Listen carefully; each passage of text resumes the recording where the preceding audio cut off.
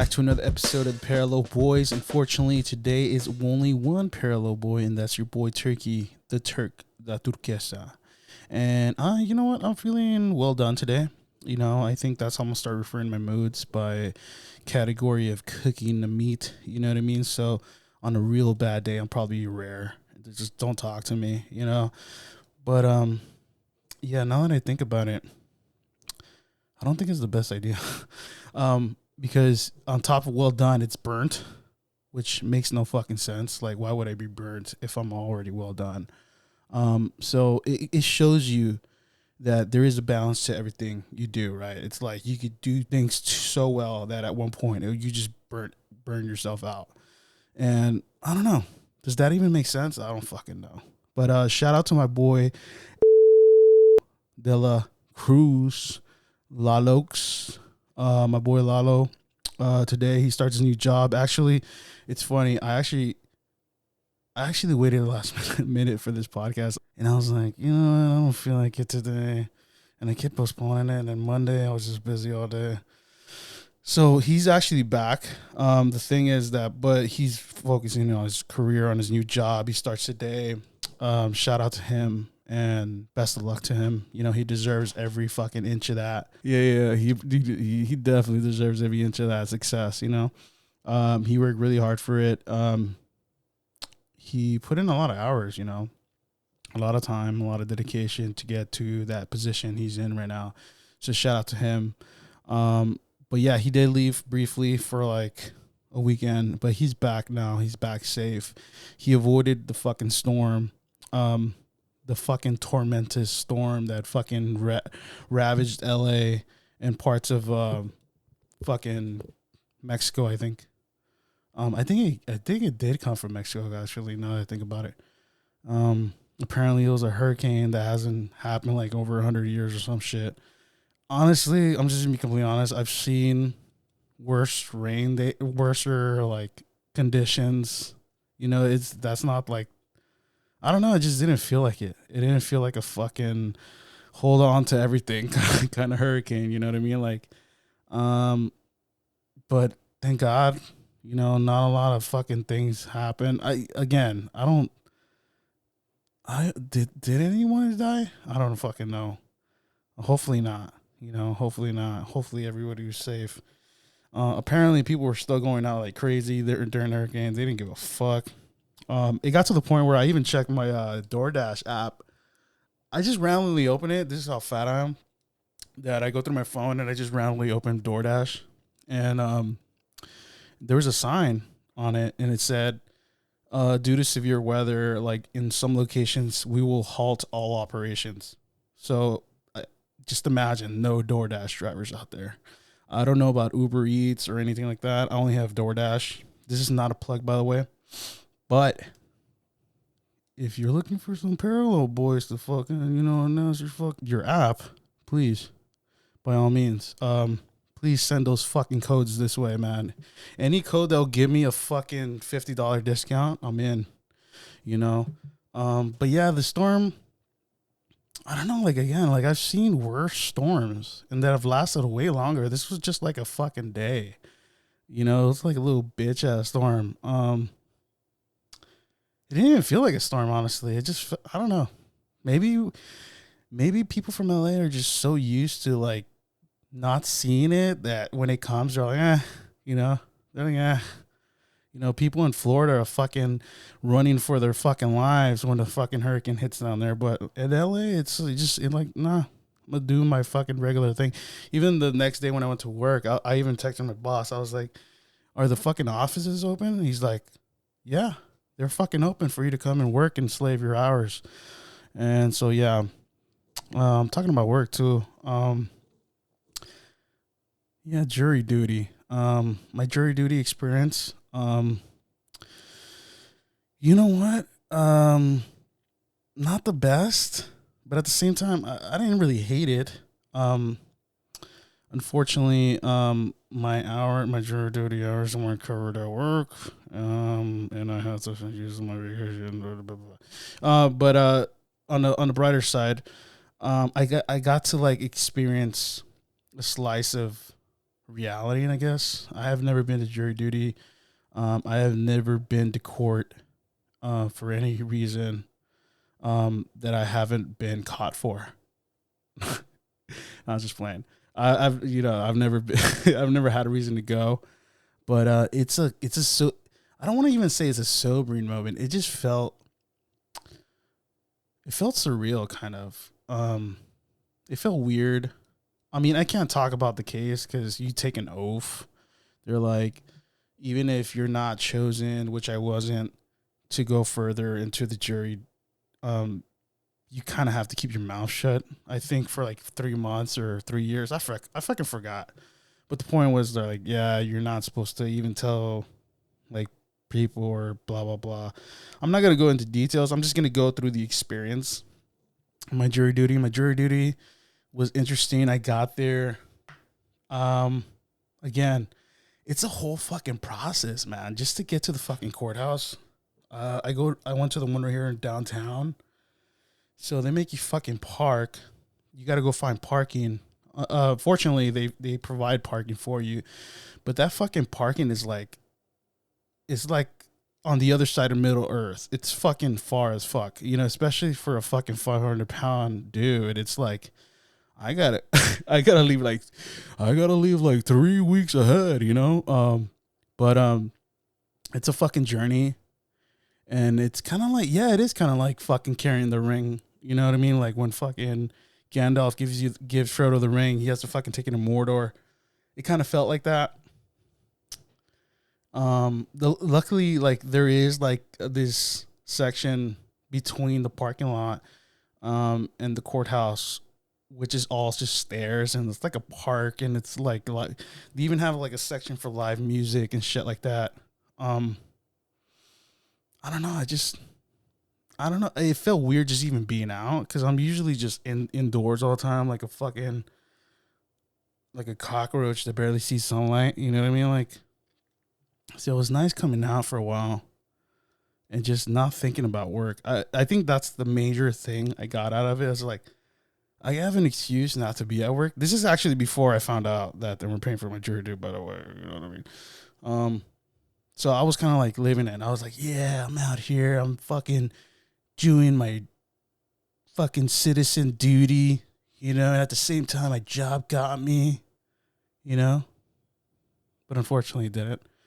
But yeah, once I got to the courthouse, I don't know, they overhyped it.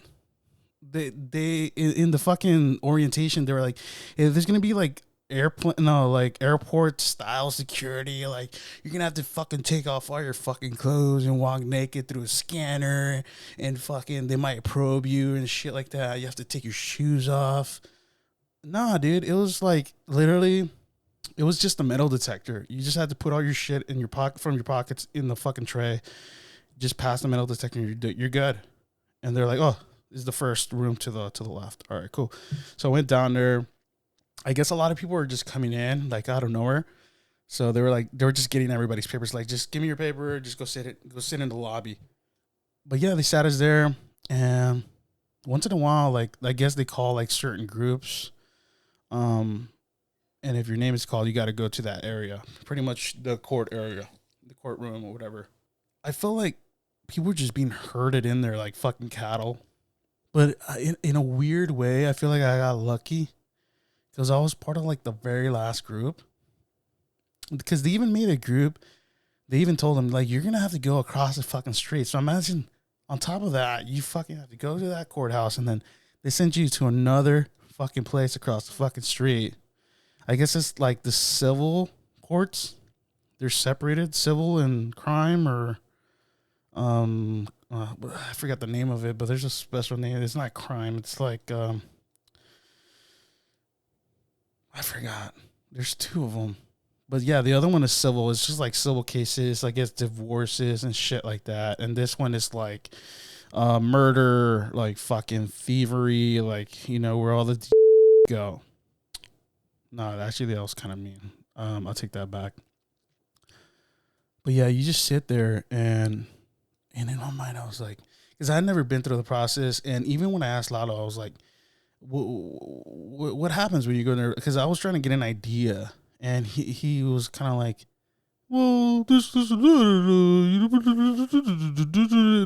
don't know. After a while, like his noise starts becoming like this hum in my voice, and I just lose concentration. And and nah, shout out to my boy, man.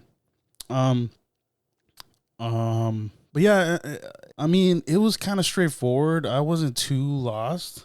And then yeah, again, they called our group, which was towards the end, and they were like, go to the 11th floor. It's this room. I'm like, all right, cool. Everybody goes. And then once you're in there, there's already a lot of fucking people. I'm talking about a shit ton of people in the fucking hallway. And well, the first thing I did was look for my room. I was like, oh, where am I supposed to go? Okay, here it is. But dude, it was fucking dank in there. It was fucking hot. And the fact that everybody, in a weird way, because I really thought about it. I was like, jury duty, yeah, it's mandatory, but in a weird way, you don't have to go. Again, I'm not giving advice here. You know what I mean? So you kind of have, again, like I told a lot on the previous podcast, is it really affects the people that actually care in a way.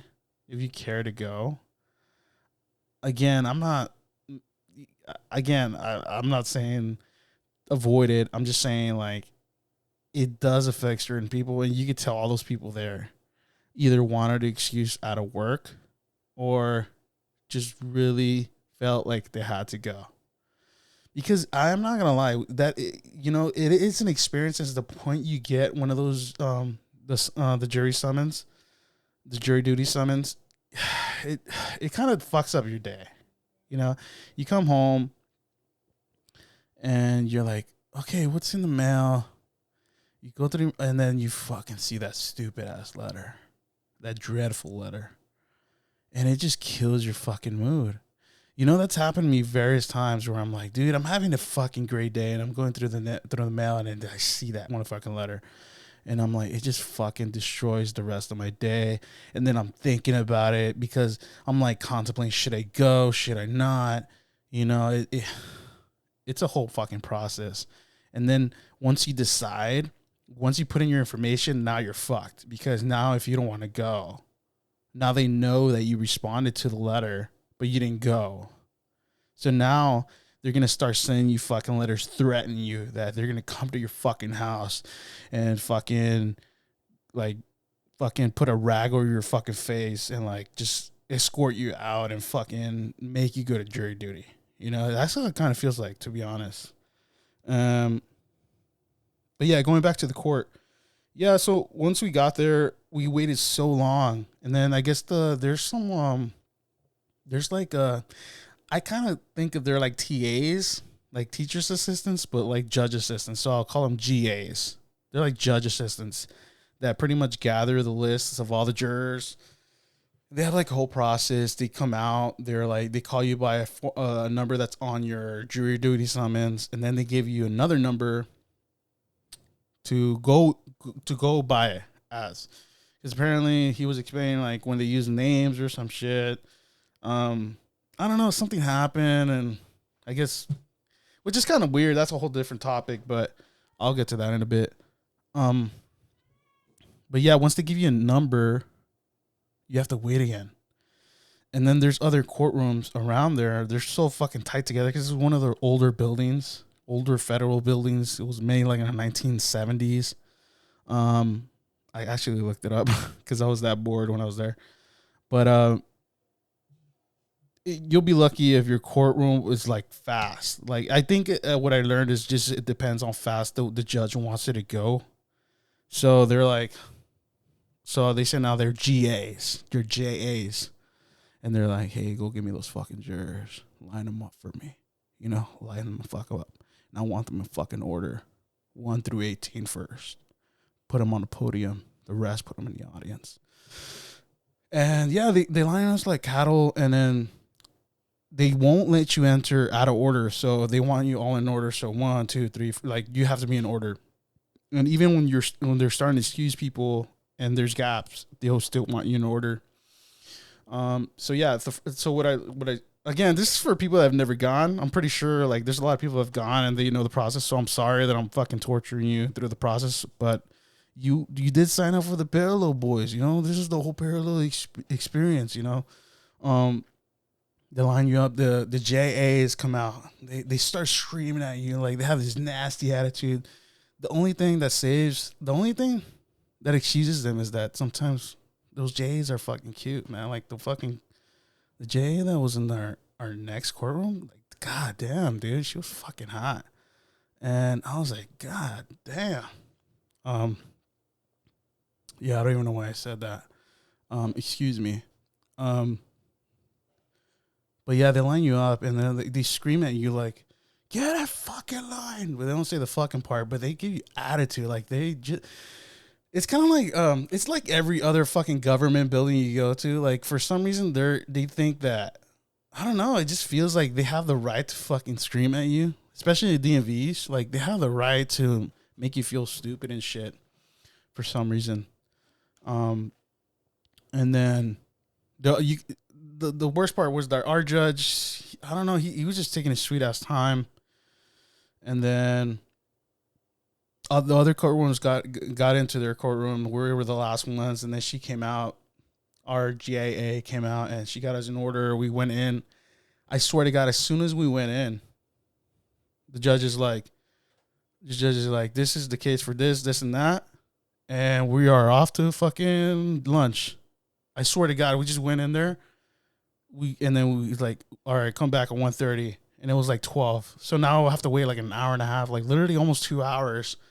And I'm like, what the fuck? Like this shit's gonna take forever. So we get back,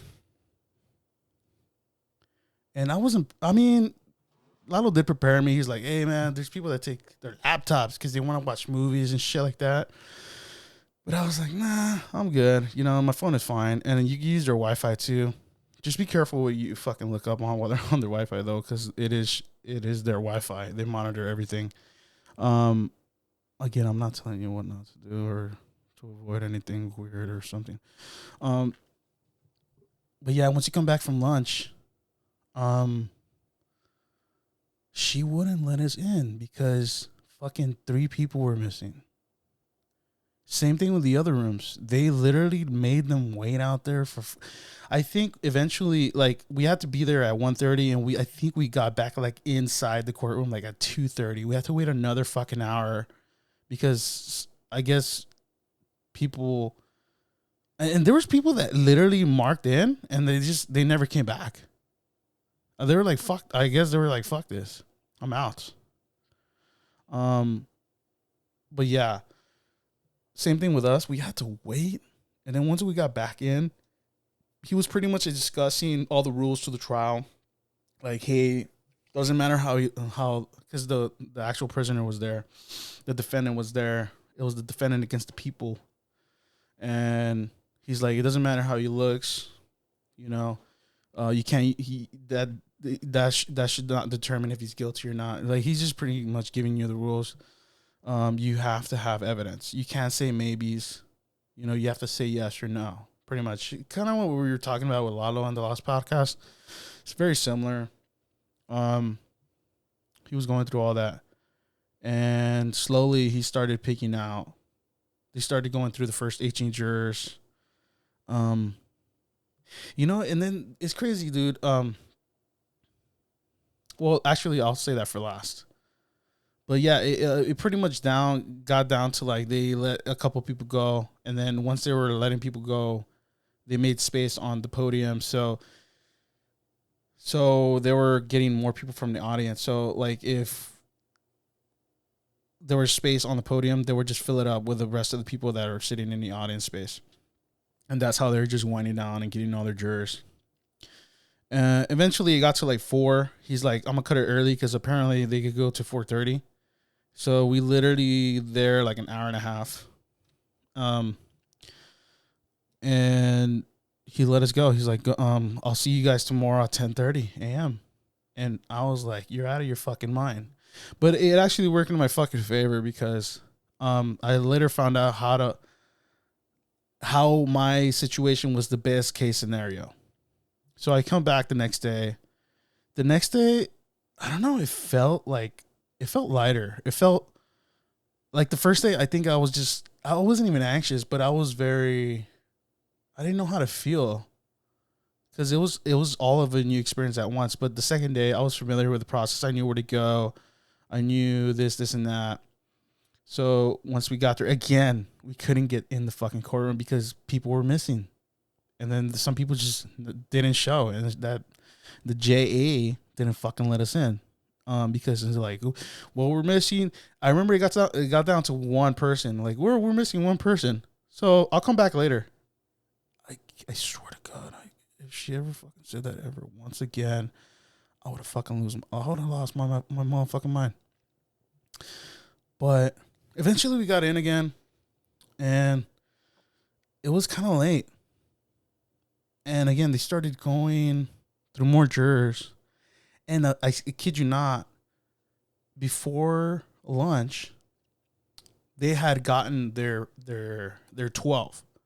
So they need 12 main jurors, and then they get 3 additionals. They need the 3 additionals just in case, I guess, something happens to 3. You know what I mean? Like, he was explaining, like, since the pandemic, they haven't had to use those 3 for some whatever reason. He's like, I don't know. But they need 3 flexible people, 3 flexible jurors. So if one of them miraculously or something happens to them, they have a backup. And they at least need 3. So, but unfortunately, they also have to be part of the process, meaning like they have to be there during the trial. So in a way, you are a juror, but you're not. So that's actually worse because you're just kind of there. You're just kind of there, and you're not really a juror, but you have to be a juror, but you're backup. You know, like you're like that drive the hard drive everybody buys just to save stuff on, but you won't use. But I swear to God, as soon as I'm like, I even bumped fucking fist with the guy next to me. He's like, I'm like, dude, they got their 12. They got their 12. And then as soon as that, I was like, we were fucking hyped. And then this motherfucker calls lunch again. Now I have to fucking wait another hour and a half. That typically turns in 2 hours because, again, nobody fucking gets there on time. I don't know why. I'm like, dude, if you're already at jury duty, just fucking stay there. Where the fuck are you going? Like, where do you go for lunch? I know you get an hour and a half. That's a decent time to go get some food. He was also explaining too, like the time they need is like, he was explaining like, it's not that we take an hour and a half. I'm kind of doing his voice. No, it's not that we take our hour and a half. It's just that we usually eat and then we do other stuff that you guys don't. You know what I mean? We do paperwork. So I guess they take like a half an hour and then they have to do other paperwork and stuff. But yeah, what was I saying? Oh, yeah. Lunch. So we went to lunch again. I don't leave. They had cafeterias and stuff, but I was like, nah, I'm just going to stay here. So I literally would wait in that fucking floor on the bench, and I'll stay there for fucking almost 2 hours, just waiting to get back in this fucking room. And I kid you not, as soon as they get back, I guess they already had their 3 flexibles, and they call them immediately, and then they excuse the rest, and they're like, and then I remember everybody just, but it's funny because everybody just stayed there because they had 6 extras, but they had already chosen the 3 flexibles, and then they excused those 3 others, but because you're in court and you can only move if the judge tells you. So we were just, everybody in the audience was still sitting there like, what's going to happen? And then out of nowhere, the JA, that JA with the attitude, she goes up to the judge like, hey, I think you need to excuse the rest of the people. And the judge is like, oh yeah, when I excused those other 3, I meant to excuse you as well. Oh man. And then everybody's just fucking happy. But I'm like, dude, you made us fucking wait 2 hours just to fuck. I'm like, you could have said that before fucking going to lunch. That just tells you that they already know the power they have once they have you there. They already know it's a duty. He kind of went into some spiel about it as well. Like, you're doing this as a duty to us, right? You're doing this as a duty, and you have to fucking like. He made us go like. He gave us all the excuses. He pretty much gave us explanation for everything, like why we don't pay that much for jury duty, how it's important. But that also leads to my other. Well, let me just finish the other one. Like, yeah, he excused us, and that was it. That was the end. They excused us, and everybody ran out like the happiest fucking people in the world. The best way I could explain it, you know those videos where in there's videos on YouTube where in Scandinavia, people gather together, or Norway, I think, same place, same area. Um, those regions up north in Europe, where there's videos. I mean, there's events where everybody gathers together to look at the cows, because apparently during the winter, they put the cows away, because they can't be out in the winter. They'll get sick and die. So they have to be indoors for all of winter. And during spring, people gather to see the cows get freed or get released out into the fucking. And dude, those fucking cows look so fucking happy. You can see it in their fucking eyes, bro. They fucking jump in. Those fucking cows jump in joy. That's how we look like coming out of that courtroom. We fucking look like Scandinavian cows coming out of fucking a barn. Just fucking jumping in joy. Everybody was happy. We got in this fucking elevator like, fuck yeah. Oh my fucking God. Thank God we were fucking picked. Oh, by the way, it was funny too, because the three flexibles, there's one dude, you could tell he just didn't want to be there. And you could tell, like, man, I don't want to be here. And as soon as they picked his name for as a flexible, he kind of just threw his hands in the air like, oh, fuck. He kind of gave it like, oh, fuck, look. You know what I mean? Like, you could tell he did not like that fucking thing. Because, again, remember, because you're flexible, you still have to be there, unfortunately. You have to hear everything out because, again, they're not going to call on you until something happens during the trial. But you need to know all the information to make those decisions. But once we got to the bottom, we gave in our papers. They gave us our certificates of completion. And everybody just fucking felt fucking free, like fucking, like it feels fucking good, and it feels weird because it almost feels like I completed something I've been avoiding for a big chunk of my life, I feel kind of ashamed saying it, but I don't want to say accomplished, but I did feel good, I was like, finally, would I do it again? Wink, wink, of course. Wink, wink. If you could only see my face when I say that. Yeah, it was a weird process, man. I'm not gonna lie. But going back to the actual, what I wanted to say earlier, when they start vetting these people out, I start realizing, yeah, like, I guess, lawyers will pick the jurors that will most go in their favor. But at the same time, the thing that just kept going through my mind, I'm like, none of these people are qualified to make these decisions. And I'm not trying to press judgment on anybody, but I feel like majority of the people didn't want to be there. You're kind of forcing people to go here. And it's weird because they almost get a shitty environment and a shitty situation sometimes. It's not the best place to be. You're kind of like crowded. And again, they give you this attitude. And then at the same time, they need you to be there and make this decision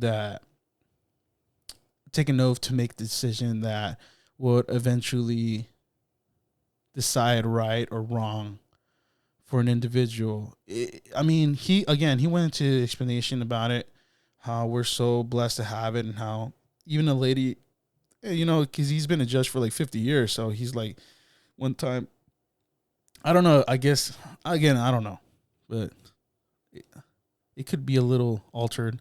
But he told us a story that explained that a lady came up to him crying or some shit. Oh no, like he went out of the courtroom because he was accused earlier and he saw this lady crying outside or something. And he asked her, why was she crying? Like, can I help you? So can I get you something? And she's like, oh man, the courts here are different. Like, you guys actually need like, without jurors, like um to get opinions from the outside the law, like to have a say in the judicial system. She's like, she's like, this doesn't even happen in my own country, because apparently she's not originally from the U.S. And apparently how in other courts it's just like, once the fucking judge slams gavel, it's done. You know, and I understand that to a sense, you know, because you need that sense of justification in a sense, because you need opinions from others. Because, yeah, this is the only way you can kind of like evade the corruption. But at the same time, it still doesn't mean it doesn't happen. You know what I mean? There's still a lot of shit that happens. Yeah, again, I don't know. Like, I mean, he's been a judge for 50 years. I trust him on that story. It just felt too perfect for me, though. It felt too perfect for me. Maybe just because I'm a skeptic at heart. You know, uh, I need that información validado. You know, um, but yeah, just going back to it, I'm like, dude, nobody in here has like it's weird. Like, nobody in here is qualified to make these sort of decisions. But I guess that's where they get the unbiased point of views. So I guess it makes sense. It makes sense. But at the same time, it's not the best scenario. I'm not against jury duty or jurors, the jury system. I just feel like it could be done better. Um, and another thing too, like, I've noticed that some rooms had way more jurors than they needed. Like, some rooms would get like 70 jurors at once, and some rooms would get like 50, and like some 40. Like, it was random. It felt random. I don't know if it's what the lawyers asked for or the judge asked for. I don't know how that works, but it just felt very random. Um, and another thing too, there was this young fucking lawyer, like young. I'm pretty sure he was like in his early 20s, dude. I'm not gonna lie. Like, early fucking 20s. He was representing the people. The thing about it is, he was fucking green though. Like green. Like, he, every time he tried to make a point, like, it was very fragmented. Like, he would want to give us an example, but it wasn't the best example. You know what I mean? Like, if anything, I felt like, and he even said it to the crowd at one point. He's like, "Yeah, a lot of you up here think I'm a baby face, like you guys won't take me serious." So you know, he kind of knows, but I mean, he needs a lot. He needs experience. You know, he's getting it though. Shout out to him. I don't know. I never. Apparently, you're not supposed to talk to these lawyers on in the hallway, which is another thing. I'm like, dude, you have a bunch of jurors out there. Like, you think none of them are gonna know each other, and like, there's so much ways to like sway the system the way they're doing it, because they got so many jurors in the hallway. Like, you don't know who you're really fucking talking to. Someone could easily get information off of you. I mean, they tell you and they warn you in the courtroom not to talk about your case, but once you're like in the hallway, it's like people still do it. It's fucking stupid. People still do it. Um, I'm sorry to bore you guys with my boring ass jury duty story, but I don't know. I didn't really have nothing to really talk about. I know I've talked about the Oppenheimer episode, but I really want to do some research. You know, I don't want to just come on here and just give you whatever's treated as like a bonus episode or something. And actually, let me give a couple shout outs. Shout out to my boy Lalo. He's out there fucking hustling, like, and bustling. Shout out to Oso Menor, Oso Mayor. Shout out to Pisto Sweetheart. Shout out to Francisco. Dead Letter, go check him out. I haven't been up to date on on his episodes, but I do like listening to them all in a big chunk. So, because they're pretty bite sized. So I'm a little behind, but I'm definitely gonna catch up this weekend.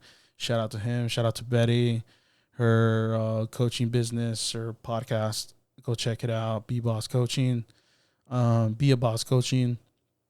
And shout out to everybody that listens, man. I know there's a couple of you people out there that listen. So shout out to you again. Sorry to cut this short. Tell us what you want to hear too. Like, I don't know, because I just don't want to drop an Oppenheimer episode and it's gonna be boring as fuck. It's gonna feel like a history class. I don't want to put that on you guys. Thank you guys for listening with another episode of the Parallel Boys with your boy right here, Turkey La Turquesa. Remember, I'm medium well today, so I'm pretty good. And hope you have a great day, guys. But again, thank you guys for listening, and peace.